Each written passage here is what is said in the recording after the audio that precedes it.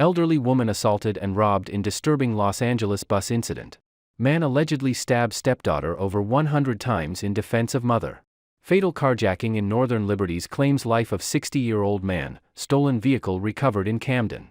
Suspect identified in fatal shooting of California store owner over pride flag. Man charged in Sunset Park hammer attack that killed one, injured two children. Tragic double murder-suicide claims lives of couple and young son in Towson. Woman recounts violent attack on Manhattan subway platform, second incident this week. Man charged with murder in fatal shooting at gun range. Car crashes into Arizona beauty salon, narrowly avoiding customer. Man arrested, 72 birds seized in Harvey cockfighting probe. Man pleads guilty in San Antonio nail salon shooting during trial start.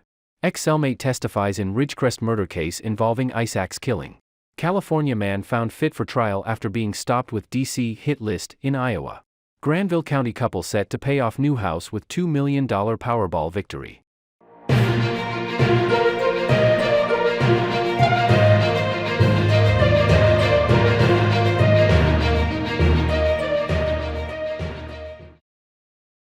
Elderly woman assaulted and robbed in disturbing Los Angeles bus incident.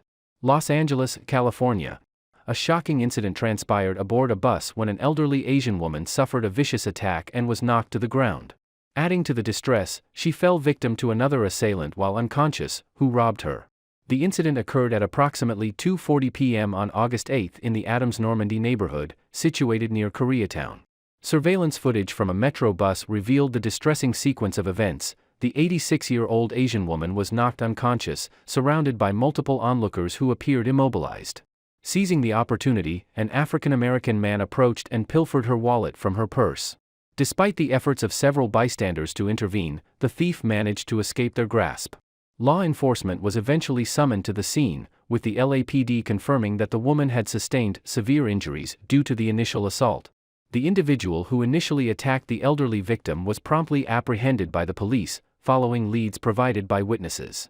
Transported to a nearby hospital in critical condition, the victim regained consciousness but struggled to recollect the events and the assault due to the sustained head injuries. The search continues for the robbery suspect, described as an African-American male aged between 40s to 50s. His attire at the time included a New York Yankees jacket, dark beanie, dark pants, and gray shoes. Additionally, he may sport either a mustache or a goatee. Authorities urge anyone with pertinent information about the case to reach out to Detective Jonathan Moyers at 213-359-3707. Man allegedly stabbed stepdaughter over 100 times in defense of mother. Seattle, Washington. A horrific incident unfolded as a 21-year-old woman in Seattle was brutally stabbed over 100 times by her stepfather while trying to protect her mother during an attack, as revealed in King County court documents. Engip Keen Chow faces charges of murdering his stepdaughter, Angelina Tan Tran, and attempting to murder his wife, Lin N. Tran. The incident occurred on August 7 at a residence located on 5316 31st Avenue in Seattle's Beacon Hill neighborhood. Officers responded to the scene just before 5 a.m. following reports of the violence. Upon arrival, officers found Lin Tran and her mother at the door, who indicated that Angelina was still inside the house. Chow, still holding a bloody kitchen knife, was encountered by officers inside the home and complied when asked to drop the weapon. Chow was arrested, and upon further investigation, officers discovered CCTV footage from both inside and outside the residence. The footage showed Chow assaulting his wife in the kitchen as she attempted to escape and call for help. Detectives noted that Angelina Tran intervened, positioning herself between Chow and Lin Tran. A struggle ensued, during which Chow grabbed another kitchen knife and repeatedly stabbed Angelina Tran in the chest. Despite her efforts to break free, the stabbing continued, with Chow changing weapons and persistently attacking her even after she was deceased. The video evidence reportedly captured Chow stabbing Angelina Tran at least 107 times.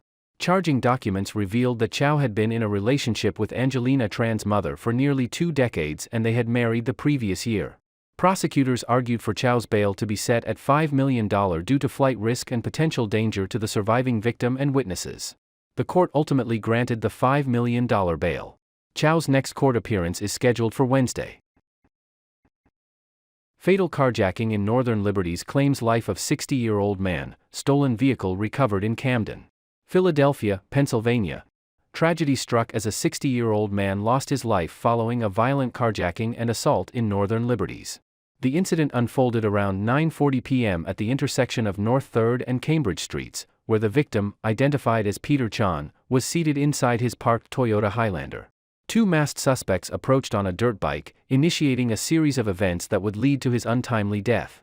The assailants forcibly removed Chan from the driver's seat, prompting a confrontation. Law enforcement arrived at the scene to find Chan injured and bleeding from the head.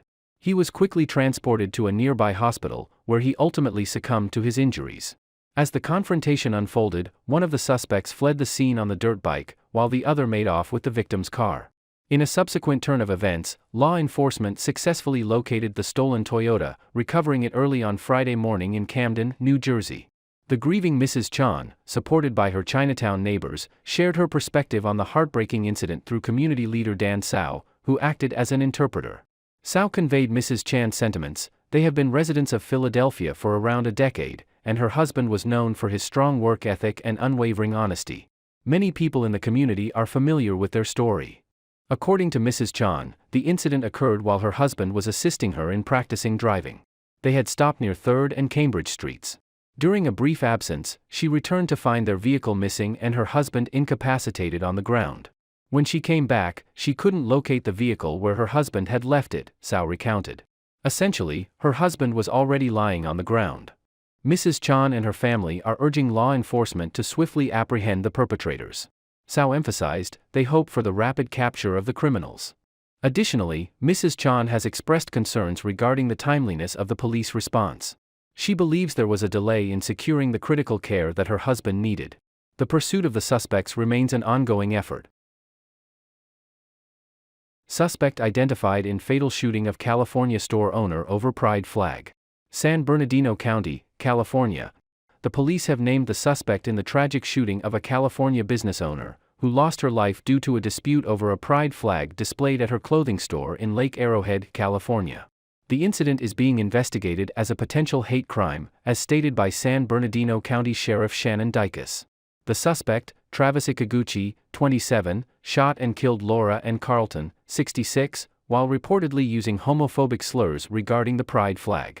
After the shooting, Ikaguchi fled the store, but a confrontation with law enforcement led to his death.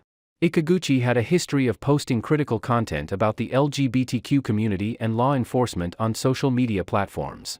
The authorities are working to ensure that the crime is not linked to broader hate groups, while the investigation is ongoing. In response, Carlton's daughter emphasized focusing on her mother's memory, rather than glorifying the perpetrator. The incident has sparked widespread condemnation, with notable figures like California Governor Gavin Newsom and LGBTQ activists expressing their outrage.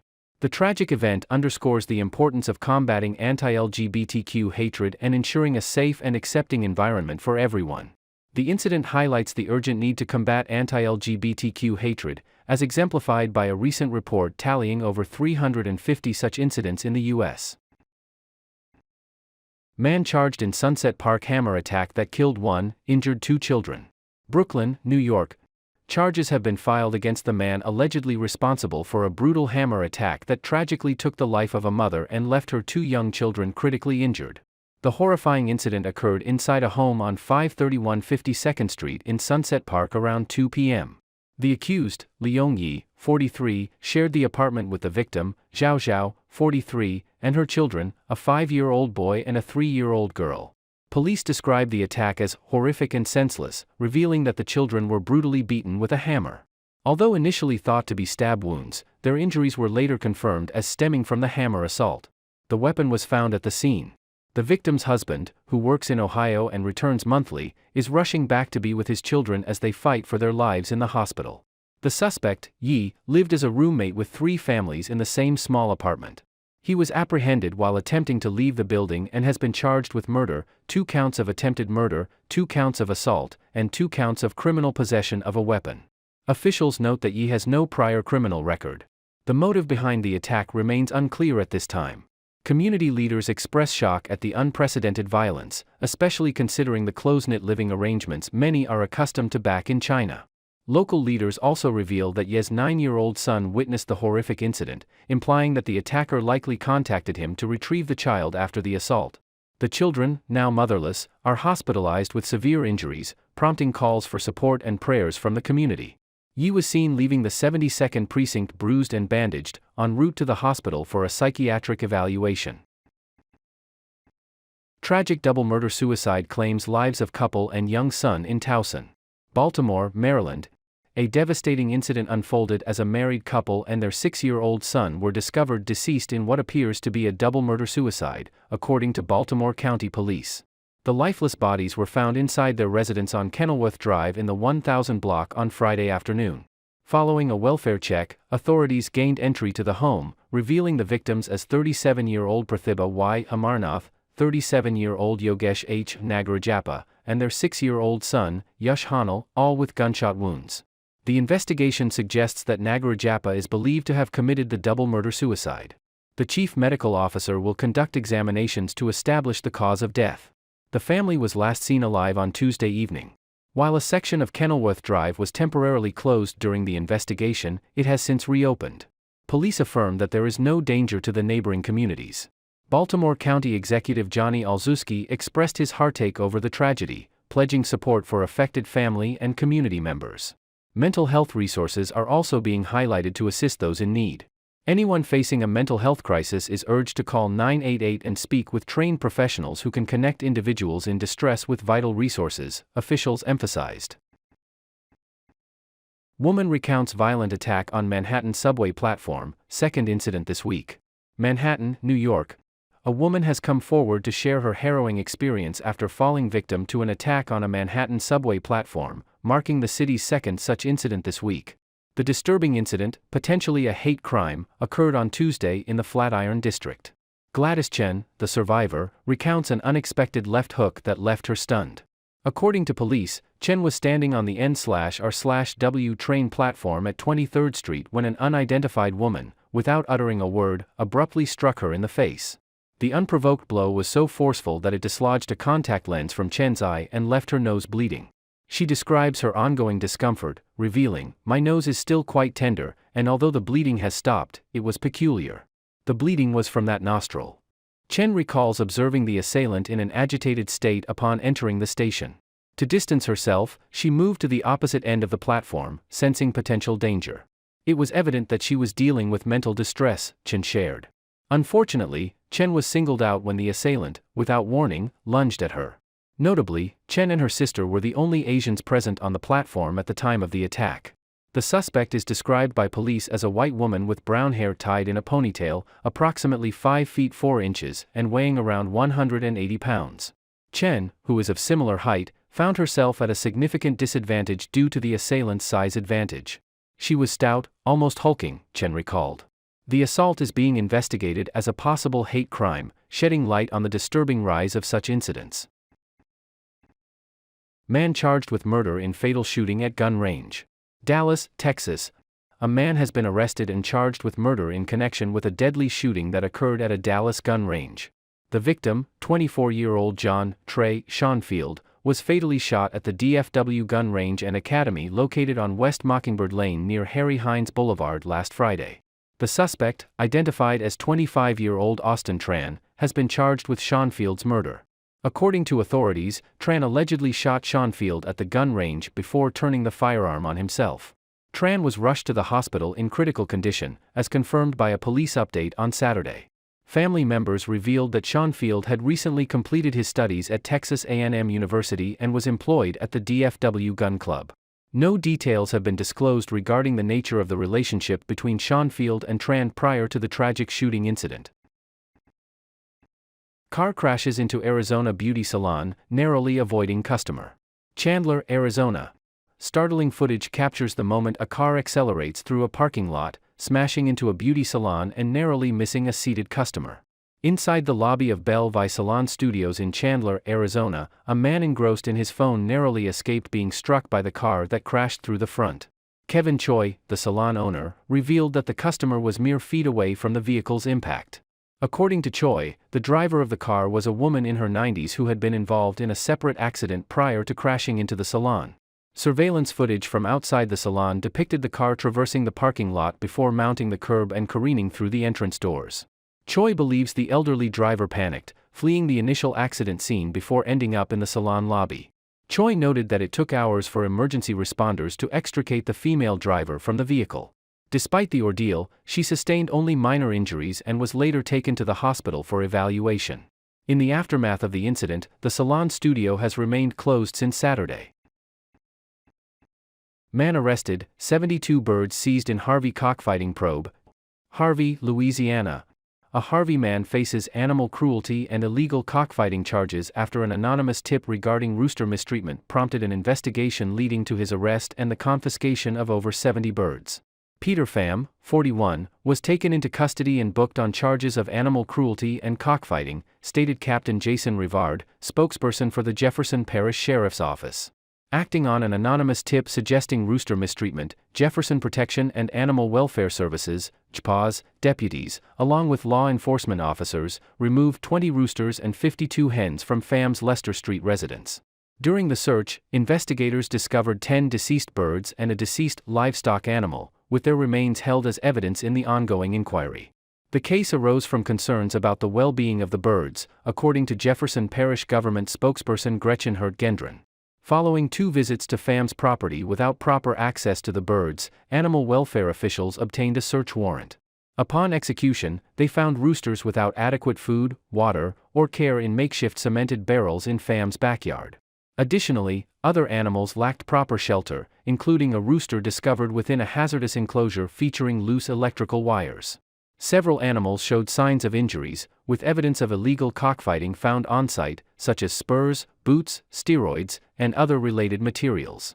The investigation suggests these fights occurred both locally and in neighboring states. A veterinarian performed cruelty examinations on the seized animals, now under Animal Services care during a specified bond period. Officials will assess whether the roosters can be adopted, sent to rescues, or require euthanization after this period, shared Gendron. Though Louisiana banned cockfighting in 2008, animal welfare officials in Jefferson Parish believe the practice remains prevalent, especially in the South.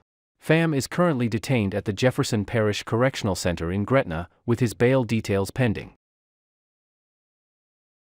Man pleads guilty in San Antonio nail salon shooting during trial start. San Antonio, Texas.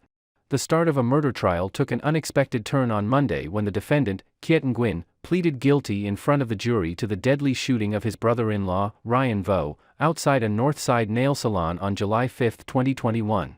The guilty plea from Nguyen came as a surprise, just moments before lawyers were set to deliver their opening statements in the trial. Judge Valia Meza of the 226th District Court had the jury exit the courtroom temporarily to ensure Nguyen fully understood the implications of his guilty plea. After the jury returned, they were handed the jury verdict form to begin the punishment phase of the trial. While the state continues to present evidence and witnesses to the jury for the punishment phase, opening arguments had asked the panel to consider a life sentence. In response, the defense contended that Nguyen did not intend to kill Vo, 46, but rather intended to inflict serious bodily harm. They urged the jury to consider the concept of sudden passion, which could reduce the potential punishment range to 2 to 20 years in prison. As the punishment phase proceeded with testimonies, the state played surveillance footage capturing the shooting incident. The video revealed a heated argument between Vo and Nguyen at the back of the nail salon. In the course of the argument, Nguyen suddenly produced a gun from his pocket and fired 6 shots at close range towards Vo. After Vo collapsed, Nguyen could be seen shouting at him, while a woman believed to be his sister emerged. Nguyen continued yelling at her before departing from the scene. The shooting occurred during a busy lunch hour in a bustling area near Blanco Road, witnessed by several onlookers. Nguyen was taken into custody and charged shortly after the shooting incident. The jury is anticipated to deliberate on the punishment later this week. Nguyen faces a potential prison sentence ranging from 5 to 99 years or life behind bars. Ex-cellmate testifies in Ridgecrest murder case involving ice axe killing. Bakersfield, California. The trial of Daniel Gunnarsson, accused of the ice axe killing of Catherine Pham, resumed with testimony from a former cellmate. Gunnarsson, 23, faces possible life imprisonment for the murder of 21-year-old Pham, whose body was discovered on May 18, 2021, in a garage belonging to Gunnarsson's stepfather. When police arrived, Gunnarsson was found covered in blood and standing on a ladder in the garage. Gunnarsson and Pham, who had been dating for about a month, had argued the night before the slaying. The disagreement stemmed from Gunnarsson's anger after seeing another man at Pham's home. He insulted her during a phone call, which upset her, as revealed by friends' accounts presented in court. Prompted by his stepfather to make amends, Gunnarsson contacted Pham the next morning. After apparently reconciling, he offered to give her a ride to work. Both entered the stepfather's garage, where Pham was later found with ice axe-inflicted puncture wounds to her head and face. Gunnarsson confessed to the killing, though he was deemed incompetent for trial earlier and treated at a state hospital. Psychologists later confirmed his competency. During the trial, Nicholas Castile, an inmate and former cellmate of Gunnarsson, took the stand. Castile, incarcerated for arson convictions, testified that Gunnarsson had discussed his troubled relationship with a woman and how he lost control of his emotions, resulting in violent behavior. However, Gunnarsson never confessed to killing Pham, but admitted to causing serious injuries. He revealed to Castile that he wanted to hurt Pham. Brooke Ramirez, a criminalist from the Kern Regional Crime Lab, testified about DNA analysis. She found Pham's DNA on the blade of the murder weapon, a red pickaxe. Although a small amount of male DNA was also detected, it could not be profiled. Multiple swabs taken from Pham's body either showed no male DNA or a negligible amount that may or may not have belonged to Gunnarsson. The trial continues as more details unfold about this tragic case. California man found fit for trial after being stopped with DC hit list in Iowa. Cass County, Iowa. A heavily armed individual, who was apprehended in Iowa 2 years ago en route to the White House with a hit list that included President Biden, has been deemed mentally competent to stand trial.